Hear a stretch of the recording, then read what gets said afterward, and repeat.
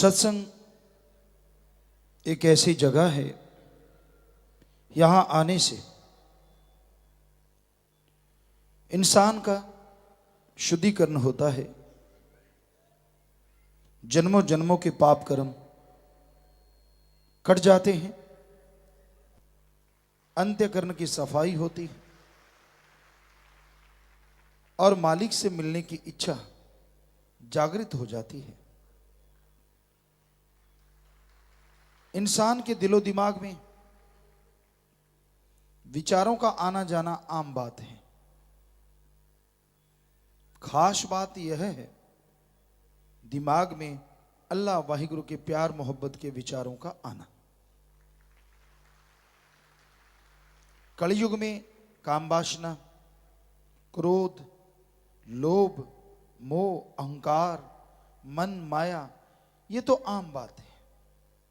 ये तो विचार चलते ही चलते हैं, पर इन विचारों का काट करके जब सतगुरु के प्यार मोहब्बत के विचार चलने लगते हैं तो वो खास बात हो जाती है।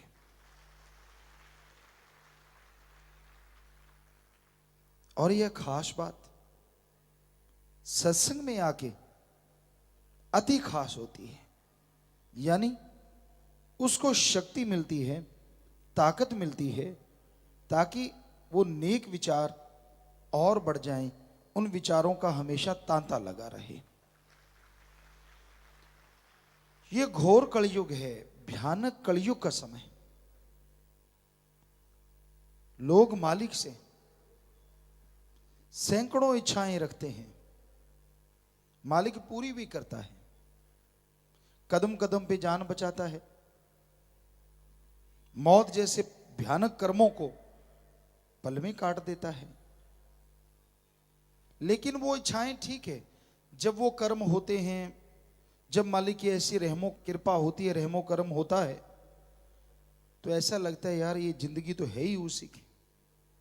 समय बीतता जाता है, समय गुजरता जाता है और मन इतना हरामी है, इतना छली कपटी है कि इंसान को सतगुरु मौला के किए गए परोपकारों को भुला देता है और उसे लगने लगता है यार मेरे लिए क्या, वो तो बाई चांस हुआ, वो तो ऐसे, वो तो ऐसे नहीं वैसे। हमने ऐसा बहुत देखा है दुनिया में। सतगुरु मौला ने बिल्कुल मौत जैसे भयानक कर्म काटे, वो याद नहीं। वही ना, 100 में से 99 इच्छाएं परमात्मा ने पूरी कर दी, उसका धन्यवाद शुक्राना नहीं। 100 में से एक इच्छा पूरी नहीं हुई, उसका गिला शिकवा ज्यादा है। इच्छाएं तो तब होती ना जब तू होता। याद कर वो मौत जैसा कर्म, याद कर वो भयानक कर्म, अगर उसमें तेरा कुछ हो जाता तो इच्छाएं कहां से रखता। मौत जैसे भयानक कर्म जब कटते हैं, चाहे आपके पास अरबों खरबों रुपए हों, सारे लगा दो तो भी जिंदगी खरीद नहीं सकते आप। तो जिस दाता ने जिंदगी बख्शी हो, अल्लाह वाहिगुरु राम गॉड खुदा रब ने, उसका शुक्राना तो आदमी को कभी भूलना ही नहीं चाहिए। अगर वाकई आदमी है, अगर वाकई इंसान है और इंसानियत है, तो उसका शुक्राना सारी जिंदगी करते रहो तो भी कम है, क्योंकि उसकी रहमत से जिंदगी है और रहमत ना होती तो जिंदगी कब की गई होती।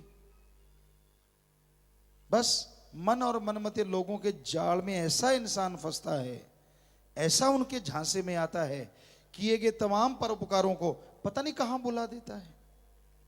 उसे याद ही नहीं रहता कि मेरे पे इतना पर्व, फिर अहंकार, फिर घमंड में फण उठा लेता है, सब कुछ भुला देता है, कुछ भी याद नहीं। हमें हैरानी नहीं होती, क्योंकि इसी का नाम घोर कलयुग है, इसी का नाम बुराई की चरम सीमा है।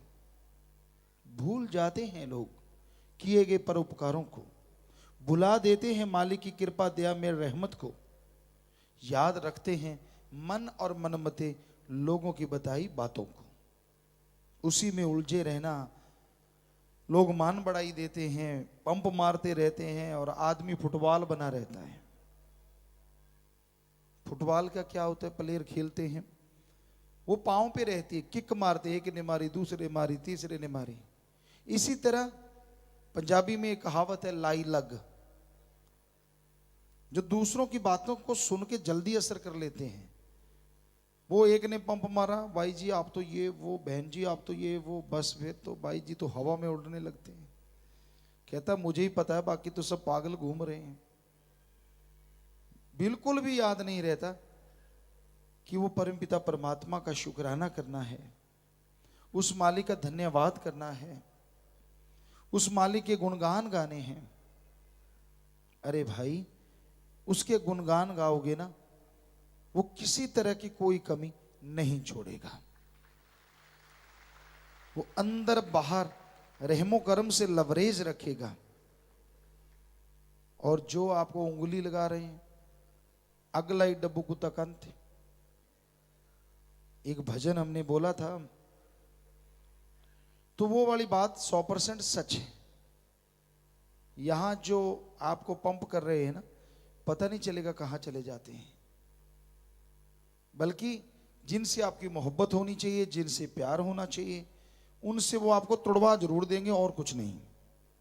उंगलियां लगा लगा के, गलत बोल बोल के, नहीं तू तो ऐसा, तू तो यार अब ये, तू तो यार वो, इत्यादि इत्यादि इत्यादि इत्यादि। ये मालिक का रहमो करम हमने अपनी आंखों से देखा, और ऐसा ना शुक्राने लोगों को भी देखा, देखते हैं हमेशा। पर पहले की बात बताएं, जब हम गुरगद्दी पे नहीं आए, किसी के बच्चा नहीं था, बेटा नहीं था, हमने उस परिवार को कहा गुरु मंत्र ले लो, सतगुरु का नाम जपा करो, चलो सतगुरु के दर्शन ही कर लो। दर्शन किए, बच्चा गर्भ में आ गया। उसके बाद और पाखंडियों के पास चले गए और मोहर उसकी लग गई, जी बच्चा इसने दिया है। हमने कहा अरे जिसने दिया उसको बुला दिया। सतगुरु मुर्शिद का आपने दर्शन किया, बच्चा होने वाला नींव रखी गई, 2-3 महीने का गर्भ था, उसके बाद आप पाखंड के पास चले गए, पाखंडी लोगों के पास। तो उन्होंने कैसे दे दिया? ना जी, ऐसे कान भरते हैं लोग, ऐसा दिलो दिमाग में असर कर जाते हैं कि उस सतगुरु के रहमो कर्म को भुला देते हैं। सतगुरु मालिक से दुआएं कर करके इंसान के भले की कामना करता है, उसके कर्म कटवाता रहता है। और जब कर्म कटते हैं तब जाके उसे वो खुशियां नसीब होती हैं, और ठप्पा कोई और ही लगा ले जाता है, नहीं यार मैंने तेरा ये किया, मैंने तेरा वो किया। और आदमी भूल जाता है, अगर आदमी ही ऐसा कुछ करने वाले होते तो मौत जैसे कर्म आदमियों ने काटे हैं क्या? वो याद नहीं, भुला दिया सब कुछ। क्या आदमी मौत जैसा कर्म काट देंगे? तो ऐसा है ये घोर कलयुग, ऐसा भयानक समय हमने अपनी आंखों से देखा। ऐसे होते लोगों के साथ बड़ी हैरानी होती है और बड़ा दुख भी होता है कि ये आदमी फिर से नरक में गिरेगा, फिर से इसका बुरा हाल होने वाला है। तो वो कहावत हमेशा याद रखा करो, लाई लग ना होवे घर वाला, चंद्रा गमांड ना होवे। कि ऐसे पड़ोसी ना हो जो उंगली लगाई रखें, और ऐसा घर वाला, क्योंकि वो तो जीवन साथी होता है, जिसको उंगली लगाई किसी ने तो आके घरवाली को पीट दिया, पुराने टाइम की बात, फिर उंगली लगा दी दूसरे ने, फिर पीट दिया। कि ऐसा इंसान होना नहीं चाहिए कानों का कच्चा जो दूसरों की बात सुने। दृढ़ यकीन हो, इतना दृढ़ यकीन कि भगवान भी आके कहे तो वो भी उस सतगुरु मुर्शिद के रूप में आके कहे तो यकीन करो, आदमी की तो बात छोड़ो। इसलिए आदमी आदमी है, कोई भगवान नहीं होता। भगवान तो सबके अंदर रहता है, मालिक तो सबके अंदर रहता है।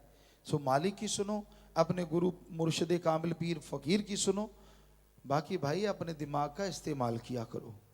इसको गिरवी मत रखो, फुटबॉल मत बनाओ, जो मर्जी आए ठोकर मारे और आपके पंप भर के बस चल जी।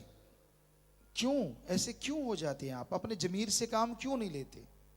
क्यों नहीं आत्मा से काम लेते, अपने दिमाग से काम लेते? तो भाई हमारा तो काम समझाना है कि हम पे ना गुस्से होते रहना। वैसे कोई फर्क नहीं पड़ता, हम समझाना बंद नहीं करते, बेफिक्र रहो, हमारी तो ड्यूटी है।